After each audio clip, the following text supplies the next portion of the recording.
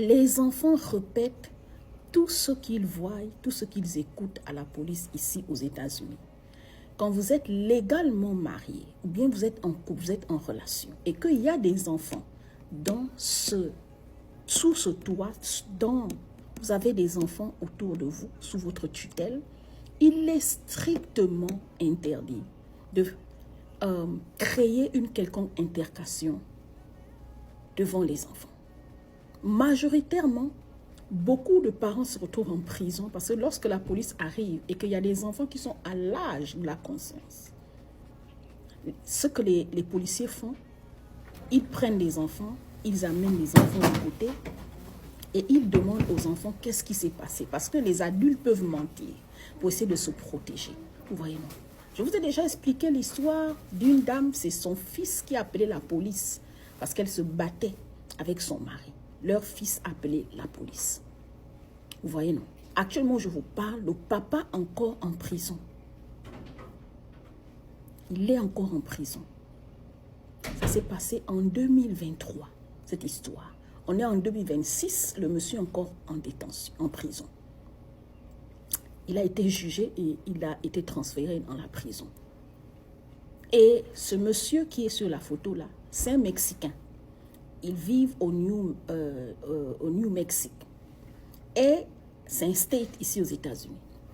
Majoritairement, ce sont les Mexicains qui sont nombreux là-bas. Ce qui s'est passé, c'est que le gars, il est sorti, il a fumé son joint, il a fumé son chanvre, sa marijuana, toutes les drogues que vous connaissez.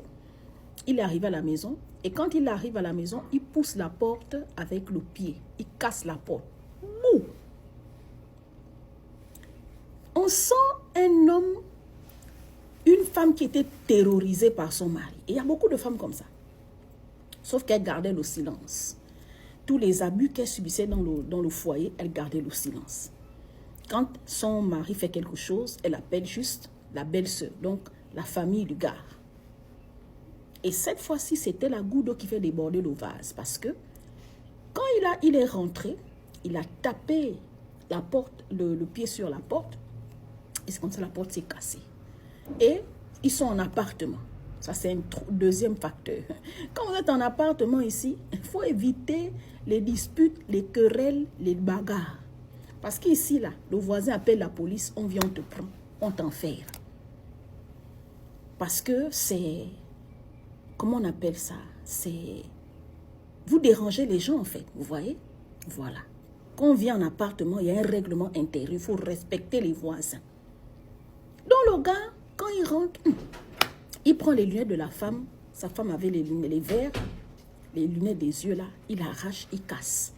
Il mangane le cou de la dame. Il met la dame au sol. Et en mettant la dame au sol, il s'est assis sur le cou de la dame, pour la dja. Et tout ça devant leur fille de 9 ans, leur fils de 6 ans. Bon, vous attendez à quoi? C'est ça. Les parents qui sont aux États-Unis, vous attendez à quoi quand vous bagarrez devant les enfants? Les enfants vont tout simplement répéter ce qu'ils ont vu à la police, sachant que ces enfants savent que, avec l'administration Trump là, quand tu es migrant, quand tu vas en tôle, dès qu'ils ont fini de te juger, en même temps ils te déportent parce qu'ils vont gaspiller même ton casier judiciaire. Donc tu n'as plus de possibilité même de continuer de vivre sur l'Amérique là. Et les gens se posent la question de savoir pourquoi Donald Trump en veut à certaines personnes. Regardez ce qui s'est passé dernièrement avec le monsieur de... comment on l'appelle, la Sierra Leone. Il est rentré dans une école.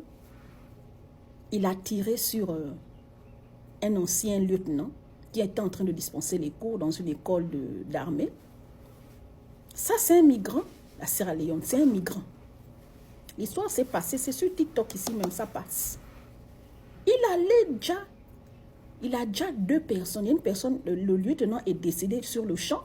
Il y a un jeune étudiant qui est dans une condition, on ne sait pas s'il va vivre. Bon, quand toi-même tu es un étranger, tu viens actuellement à l'administration Trump, tu sais que les gens, on attend moins de pimpin, on te déporte, moins de trucs, on te déporte. Toi, tu viens encore, tu fais les problèmes. Pourquoi? Parce que les gens ont une mauvaise gestion de leurs émotions. quel qu'en soit le débit de stress, moi je vous dis souvent les amis, dans tous les couples il y a des problèmes. Il n'y a pas un couple qui est parfait sur la terre. Dans tous les couples, il y a des incompatibilités, il y a des incompréhensions, il y a des frustrations. D'accord? Si vous arrivez au niveau où vous devez vous faire du mal pour vous faire comprendre, si vous arrivez dans une relation, dans un foyer, dans un mariage, si tu arrives au niveau où pour que ton mari te comprenne bien, que ta femme t'écoute, tu dois la bastonner, ça ce n'est plus un mariage. Ça c'est maintenant un champ de relations toxiques. Parce que franchement, moi j'estime que ça c'est le dernier niveau. Ça c'est la limite, ça c'est le niveau, en fait la goutte qui fait déborder le vase. Dès que toi, une femme, tu dois lever la main sur ton mari pour qu'il te comprenne. Parce que quand tu parles, il ne t'écoute pas. Ou bien toi, l'homme, tu penses que le dernier niveau, c'est que tu lèves la main sur ton épouse pour qu'elle te comprenne. Ça veut dire que la relation ne marche pas. Malheureusement, ce qu'on constate, c'est qu'il y a des gens qui continuent la relation dans cette lignée-là. Et ils se font du mal entre eux. Maintenant, ce que vous oubliez, c'est que vous pouvez le faire. Tout le monde est libre de faire de sa vie ce qu'il veut. Ça, c'est clair. Vous voyez, non? Mais en Amérique, ici, les enfants, ils vont voir une fois, ils vont voir deux fois, ils vont voir trois fois. Le jour où tu as la malchance, ne vous amusez pas. Hein? Un enfant de 5 ans, de 4 ans, aux États-Unis, il parle déjà bien. Il répète tout ce qu'il voit. Un enfant de 3 ans en Afrique, qui s'est déjà dit bonjour papa, maman, manger, papa, nana, il peut répéter à la police. Combien de fois un enfant de 6 ans et de 9 ans? Et la police, quand ils sont arrivés sur les lieux, c'est les voisins qui ont appelé la police. La police a interpellé les enfants, ils ont posé des questions aux enfants. Et la grande fille de 9 ans a dit que, papa, quand il est venu, il a poussé la porte, il a cassé la porte avec son pied. Et en rentrant, il a levé la main sur maman. Après, il a mis maman au sol. Il est monté sur le cou de maman pour dire que je veux te dja. Et le troisième facteur, il dit carrément aux enfants que si votre mère divorce de moi, l'homme qu'elle va épouser après moi va abuser de vous sexuellement. Donc, il est en train aussi de menacer les enfants. Le quatrième facteur, il dit aux enfants encore que si moi je quitte votre mère, si je divorce de votre mère, ou bien si vous essayez de dire quoi que ce soit à la police, ou bien si votre maman appelle la police, sachez que votre mère, elle va vous nourrir par la prostitution. Parce qu'elle n'a pas l'argent pour s'occuper de vous, même pas pour louer une maison. Elle n'a même pas les kaolos, parce que la maman est mexicaine aussi. Et donc, beaucoup de femmes migrantes, quand l'homme te fait venir en Amérique, elles subissent certains abus dans les foyers et comme elles n'ont pas de papier, elles gardent le silence. Et même quand elles ont des papiers, certaines, elles disent que par reconnaissance, elles gardent le silence. Mais le silence que tu gardes, voilà, il y a quelqu'un qui a dit que quelle qu'en soit la durée de la nuit, le jour finira par apparaître.